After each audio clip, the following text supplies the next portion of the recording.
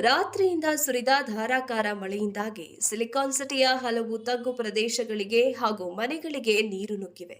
ರಸ್ತೆಗಳು, ಅಂಡರ್ ಪಾಸ್ಗಳು, ಕೆಲ ಅಪಾರ್ಟ್ಮೆಂಟ್ಗಳ ಆವರಣಗಳು ಸಂಪೂರ್ಣವಾಗಿ ಜಲಾವೃತಗೊಂಡಿವೆ.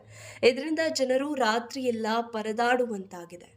ನಗರದಲ್ಲಿ ಎಲ್ಲರೂ ಮಲಗಿದ್ದ ಮೇಲೆ ಆರಂಭವಾದ ಮಳೆ ರಾತ್ರಿಯೆಲ್ಲ ಬಿಡದಂತೆ ಸುರಿದಿದೆ. ಇದರಿಂದ ತಗ್ಗು ಪ್ರದೇಶಗಳಲ್ಲಿ ಇರುವ ಮನೆಗಳಿಗೆ ನೀರು ನುಗ್ಗಿದ್ರಿಂದ ಜನರು ರಾತ್ರಿಯನ್ನ ಮಳೆ ನೀರಲ್ಲೇ ಕಳೆದ್ರು. ಕೆಲವರಂತೂ ಬಿಬಿಎಂಪಿ ವಿರುದ್ಧ ಹಿಡಿಶಾಪ ಹಾಕ್ತಾ ಇದ್ದಾರೆ.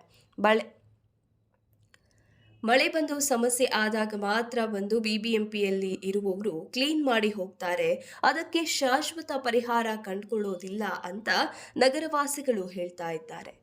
ಇನ್ನು corporation, Majestic, Chamarajpet, Shivajinagar, KR ಮಾರುಕಟ್ಟೆ, ಹೆಬ್ಬಾಳ, ಮಲ್ಲೇಶ್ವರಂ, ವಿಜಯನಗರ, ಯಶವಂತಪುರ, ಆರ್ಟಿ ನಗರ, ಪೀಣ್ಯ ಸೇರಿದಂತೆ ಬಹುತೇಕ ಪ್ರದೇಶಗಳಲ್ಲಿ ವರುಣನ ಆರ್ಭಟ ಜೋರಾಗಿತ್ತು.